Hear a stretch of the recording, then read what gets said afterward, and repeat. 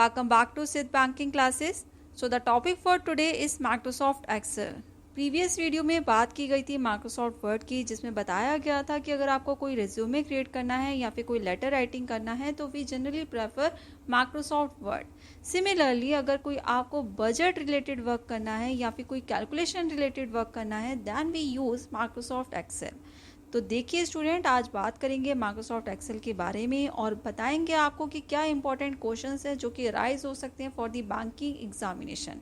तो सबसे पहले एक व्यू देख लेते हैं जो कि उम्मीद करती हूँ आप सभी ने देखा होगा अपने सिस्टम में. माइक्रोसॉफ्ट एक्सेल को जब हम ओपन करते हैं तो कुछ इस प्रकार से यहाँ पे हमें व्यू देखने को मिलता है. तो सबसे पहले हम नोटिस करते हैं, जो कि पहले हमने आपको बताया था माइक्रोसॉफ्ट वर्ड में, कि सबसे पहले इसका जो डॉक्यूमेंट का नेम देख सकते हैं आप, जो डिफॉल्ट डॉक्यूमेंट नेम है वो दिख रहा है बुक 1, जबकि माइक्रोसॉफ्ट वर्ड में क्या था, डॉक्यूमेंट 1. तो ये तो हो गई एक पहली सी बात. अब हम इसमें कुछ डिफरेंसेस बताने वाले हैं. जो कॉमन चीज़ें हैं माइक्रोसॉफ्ट वर्ड से और माइक्रोसॉफ्ट एक्सेल में, जो कॉमन चीज़ें हैं वो हम यहाँ पे डिटेल में नहीं बताएंगे. अगर आपको देखना हो तो प्लेलिस्ट में जाकर ऊपर की साइड में राइट में हम लिंक देंगे, वहाँ पे प्लेलिस्ट में जाकर आप माइक्रोसॉफ्ट वर्ड का पूरा लेक्चर जो है देख सकते हैं. तो बात करते हैं स्टूडेंट, जिस तरह से जहाँ पे बुक 1 लिया हुआ है वहाँ पे हमारा क्या हो जाएगा, टाइटल बार हो जाएगा, उसके नीचे मेन्यू बार एंड देन उसके बाद टूल्स बार. अब बात करते हैं इसका फंक्शनिंग कैसे होती है माइक्रोसॉफ्ट एक्सेल की. इसमें जो भी हम डॉक्यूमेंट क्रिएट करते हैं वो रोज एंड कॉलम्स में क्रिएट किया जाता है, जो कि आप देख सकते हैं. और जो intersection of rose and columns होते हैं उसे हम बोलते हैं सेल. और जिस सेल में हम करंटली वर्क कर रहे होते हैं that is known as the, जैसे यहाँ पे हम इस सेल पे वर्क कर रहे हैं, this is known as the active cell. अब ध्यान से देखिएगा स्टूडेंट, जो बहुत इंपॉर्टेंट चीजें हैं. सबसे पहले जब हम माइक्रोसॉफ्ट एक्सेल को ओपन करते हैं तो यहाँ पे कुछ शीट टैब्स बने हुए आते हैं, शीट 1, शीट 2 एंड शीट 3. इन्हें बोलते हैं शीट टैब्स. अलग अलग शीट्स में हम अलग अलग काम कर सकते हैं, स्विच ऑन कर सकते हैं बिटवीन दी डिफरेंट शीट्स. अब शीट्स की बात करते हैं. एक पर्टिकुलर शीट पे हम वर्क कर रहे हैं तो इसमें डॉक्यूमेंट कुछ इस प्रकार से दिखता है. अब जो नोटिस करने वाली चीज़ ये है कि जो रोज की नंबरिंग है जो आप देख सकते हैं वो नंबर्स में हो रखी है, 1 2 3 4 एंड सो ऑन. जबकि कॉलम्स की अगर आप नंबरिंग देखेंगे तो वो अल्फ़ाबेट्स में हो रखी है, ABCDEFGH. और जिस एक्टिव सेल में वर्क कर रहे हैं उसका आप देख सकते हैं एड्रेस जो है यहाँ पे अपीयर हो जाता है. मींस पहले कॉलम आ रहा है D और उसके बाद रो नंबर क्या है, 8. सो डेट्स वाई इसका जो नाम है वो क्या आएगा, D8. और इसे बोलते हैं नेम बॉक्स.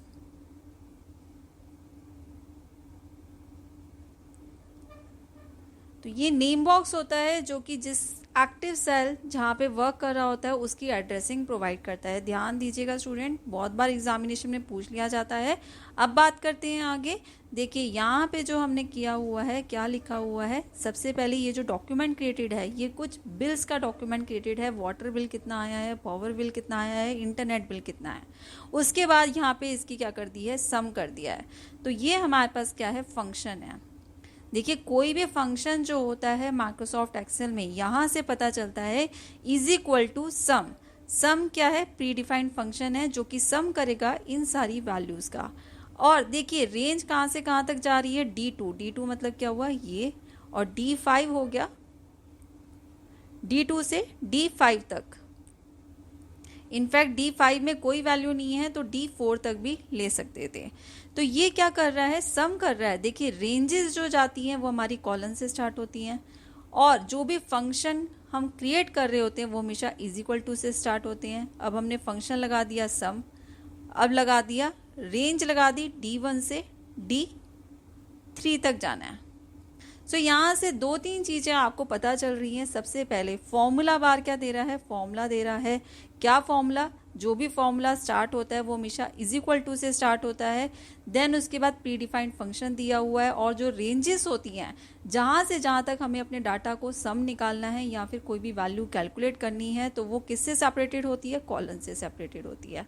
तो इन 3 चीज़ों पे भी क्वेश्चंस अधिकतर जो है आपको एग्जामिनेशन में देखने को मिल जाते हैं. अब देखिए जो फॉर्मूला बार है यहाँ पे देखिए ये फॉर्मूला दे रहा है क्योंकि एक्टिव सेल जो है ये क्या कर रहा है, ये सम कर रहा है इन वैल्यूज का. लेकिन अगर हमारा फॉर्मूला बार या फिर जो हमारा एक्टिव सेल है वो इसमें होता तो वो क्या देता, वैल्यू देता, क्योंकि ये सब क्या है, वैल्यू है।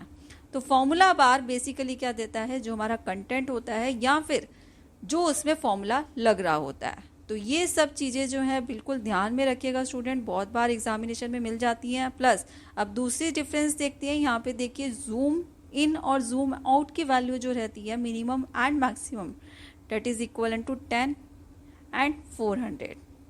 जबकि माइक्रोसॉफ्ट वर्ड में जब हमने बात करी थी तो वहाँ पे मिनिमम एंड मैक्सिमम वैल्यू थी 10 एंड 500।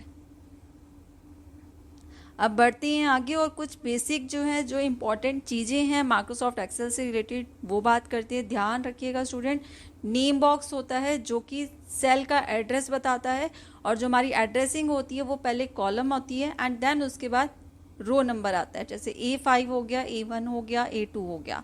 दूसरी चीज़, फॉर्मूला बार क्या देता है, या तो फॉर्मूला देगा या फिर उस सेल पे क्या कंटेंट है, एक्टिव सेल पे क्या कंटेंट है वो वहाँ पे अपीयर हो जाएगा।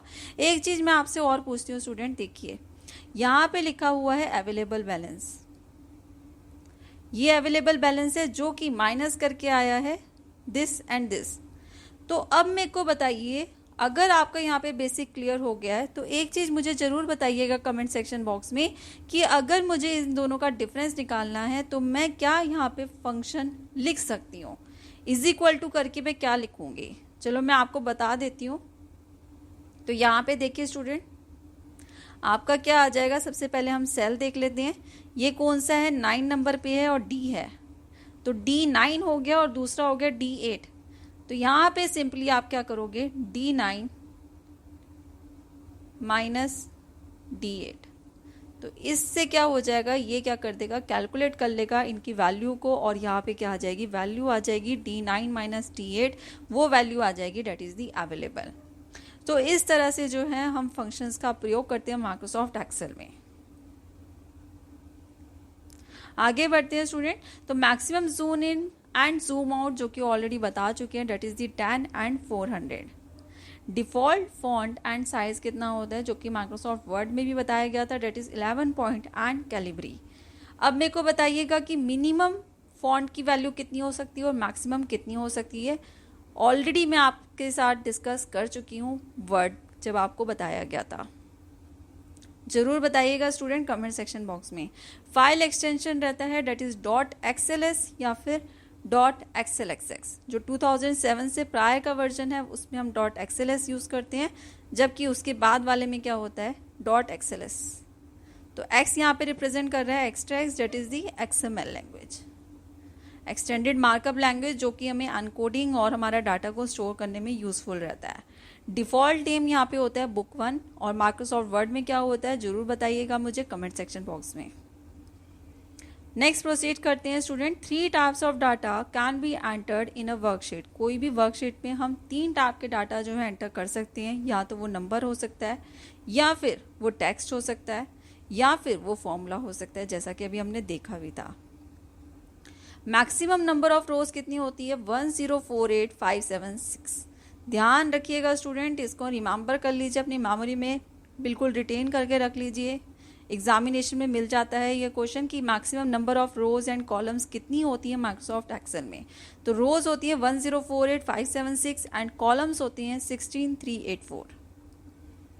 Maximum zoom in and zoom out जो कि ऑलरेडी डिस्कस कर चुके हैं, 10 एंड 400। अब डिस्कस करते हैं कुछ शॉर्टकट कीज होती हैं माइक्रोसॉफ्ट एक्सेल से रिलेटेड, जो कि आपको बताएंगे, जो कॉमन है माइक्रोसॉफ्ट वर्ड और एक्सेल में वो हम यहाँ पे डिस्क्राइब नहीं करेंगे। जो इम्पॉर्टेंट है माइक्रोसॉफ्ट एक्सेल से रिलेटेड और बिल्कुल अलग होती है वो यहाँ पे हम डिस्कस करने वाले हैं। तो सबसे पहले दी गई है कि अगर हमें कोई टेबल क्रिएट करना है अपने माइक्रोसॉफ्ट एक्सेल में तो उसकी जो शॉर्टकट की होती है डेट इज Ctrl+T। तो यहाँ पे T से आपको पता भी चल रहा होगा, T रिप्रेजेंट कर रहा है यहाँ पे टेबल।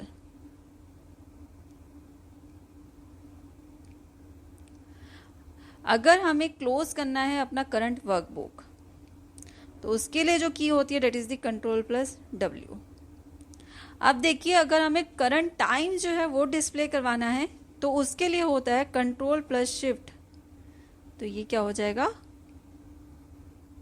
सेमीकोलन। अगर आप इसको क्लिक ऑन करते हैं, इसको प्रेस करते हैं, इन कीज को कंट्रोल के साथ शिफ्ट दबाइए, शिफ्ट के साथ सेमीकोलन दबाइए, तो हमारा जो करंट टाइम है वो डिस्प्ले हो जाएगा हमारी टेबल में। सिमिलरली अगर सिर्फ कंट्रोल प्लस सेमीकोलन अगर हम क्लिक ऑन करते हैं, प्रेस करते हैं, तो वहां पे हमारे पास डिस्प्ले हो जाएगा करंट डेट। लेकिन अगर कोई आपको नई कॉलम या नई रो जो है वो इंसर्ट करनी है, then we press control plus shift plus is equal to, like taking an example, मेरे पास कोई डाटा है, यहाँ पे लिखा हुआ है नेम, यहाँ पे लिखा हुआ है रोल नंबर, लेकिन नेम और रोल नंबर के बीच में मैं एक कॉलम चाहती हूँ, डेट इज क्लास।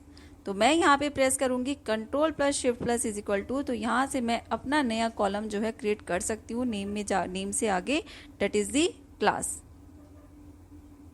नेक्स्ट देखते हैं student, control plus space bar. अगर आपको कोई एक पर्टिकुलर कॉलम है, आप यहाँ पे एक्टिव सेल है आपका, और ये पर्टिकुलर कॉलम आप पूरा का पूरा सिलेक्ट करना चाहते हैं, then we click control plus space bar. और दूसरी चीज और याद रखिएगा, ये हो गया कॉलम के लिए। अगर आपको पूरी की पूरी रो जो है वो सिलेक्ट करनी है, आपका एक्टिव सेल इस साइड है, अगर ये आपका एक्टिव सेल है तो इसकी जो पूरी रो है वो अगर आपको सिलेक्ट करनी है, then we press shift plus space bar.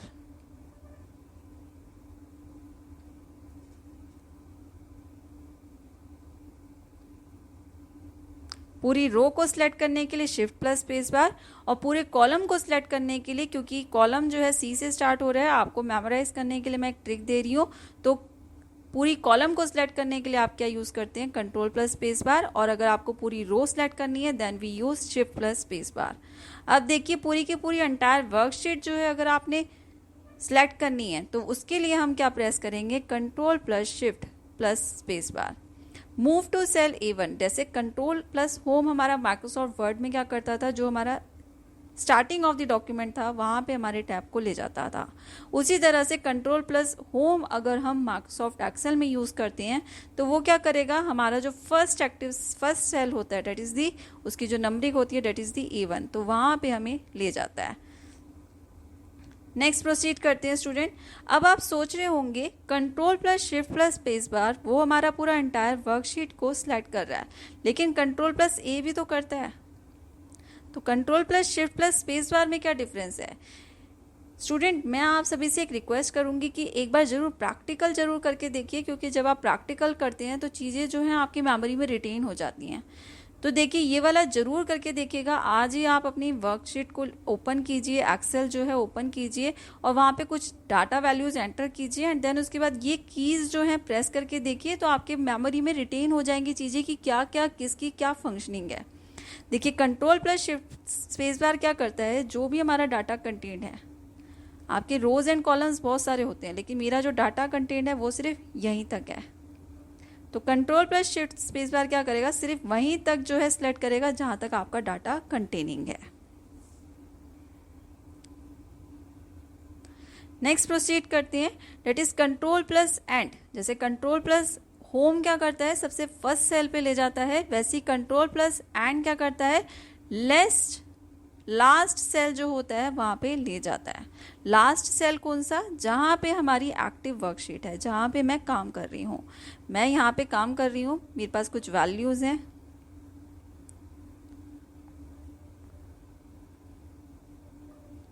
अब बस मेरा डाटा यहीं तक है, तो मेरे पास लास्ट सेल कौन सा हुआ यहाँ पे, ये वाला।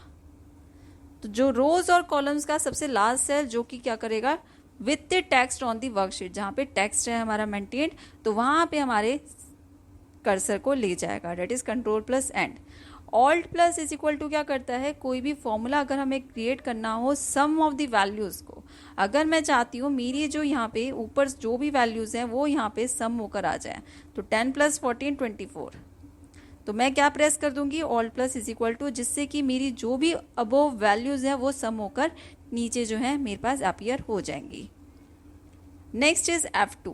F2 क्या करता है, एडिट करता है सिलेक्टेड सेल को। मेरा कोई सेल सिलेक्टेड है, यहाँ पे 12 वैल्यू है, मैं यहाँ पे चाहती हूँ 120 लिखना, तो मैंने क्या किया, यहाँ पे F2 प्रेस किया एंड देन उसके बाद वैल्यू जो है मॉडिफाई कर दी। F5 करता है, कोई एक पर्टिकुलर सेल में मुझे लेकर जाना है तो एक विंडो ओपन कर देगा और वहाँ पे मैं मेंशन कर सकती हूँ लाइक C6 कर दिया या फिर A5 कर दिया, तो वो उस पर्टिकुलर सेल पे मुझे ले जाएगा। F11 क्या करता है, अगर मुझे कोई चार्ट क्रिएट करना है माइक्रोसॉफ्ट एक्सेल में, then we use the key F11। So hope so student you enjoyed my video. अभी तक हमने सारा जो है बेसिक क्लियर कर लिया है माइक्रोसॉफ्ट एक्सेल से रिलेटेड।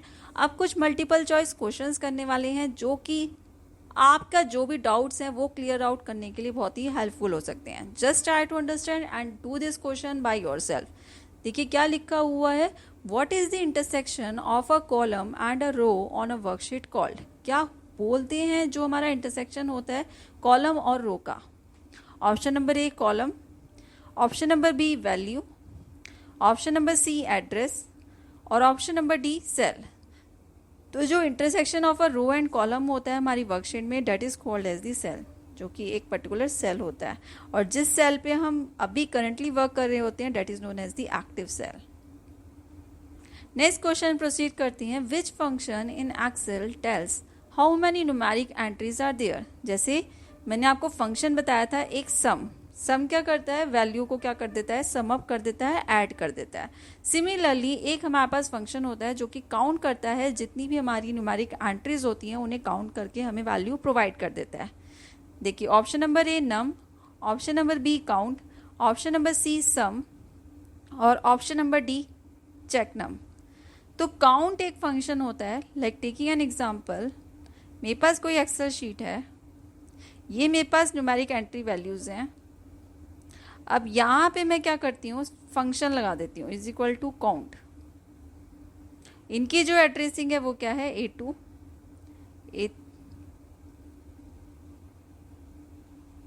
A3 and A4। तो ये क्या है, कॉलम क्या है, A है। तो अब मैं क्या करूंगी, इज इक्वल टू काउंट। तो जब सिर्फ काउंट का फंक्शन ही इनफैक्ट वहां पे मैं क्लिक ऑन कर दूंगी तो मेरे पास कितने काउंट आ जाएंगे, ये कितने हैं 3, तो यहाँ पे वैल्यू क्या आ जाएगी 3। मतलब ये काउंट करता है कितनी न्यूमेरिक जो है एंट्रीज मेरे पास हैं। या फिर सिर्फ आप ये लिख सकते हैं इज इक्वल टू काउंट, जैसे हमने सम का लगाया था A2 से A4। तो ध्यान दीजिएगा स्टूडेंट, सबसे पहले आप फॉर्मूला कैसे लगाते हैं। हमारा जो फॉर्मूला स्टार्ट होता है वो हमेशा इज इक्वल टू से स्टार्ट होता है, देन उसके बाद क्या आया, फंक्शन आया, और देन उसके बाद मैंने क्या लिखी है, रेंज लिखी है। तो ये क्या आ जाएगा 3। So answer to this question is option number B. Statistical calculation and preparation of tables and graphs can be done using.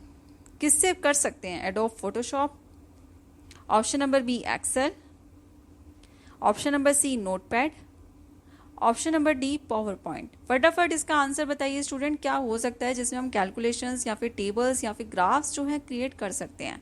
So the answer to this question is option number B Excel. Excel के through जो है आप calculations या फिर आपको graph create करनी है या फिर टेबल क्रिएट करना है, it can all be done using the Microsoft Excel. So that brings us towards the end of the video student. अगर वीडियो पसंद आई है तो लाइक कीजिए, शेयर कीजिए अपने फ्रेंड्स के साथ, अपनी फैमिली के साथ, जिससे कि वो भी जो है इन वीडियो को देखकर अपने एग्जामिनेशन को क्लियर कर सकें या फिर अपनी जो बेसिक अंडरस्टैंडिंग है माइक्रोसॉफ्ट एक्सेल से रिलेटेड वो क्लियर कर सके। सो hope so student you enjoyed my video. Thank you very much. Keep watching, keep learning.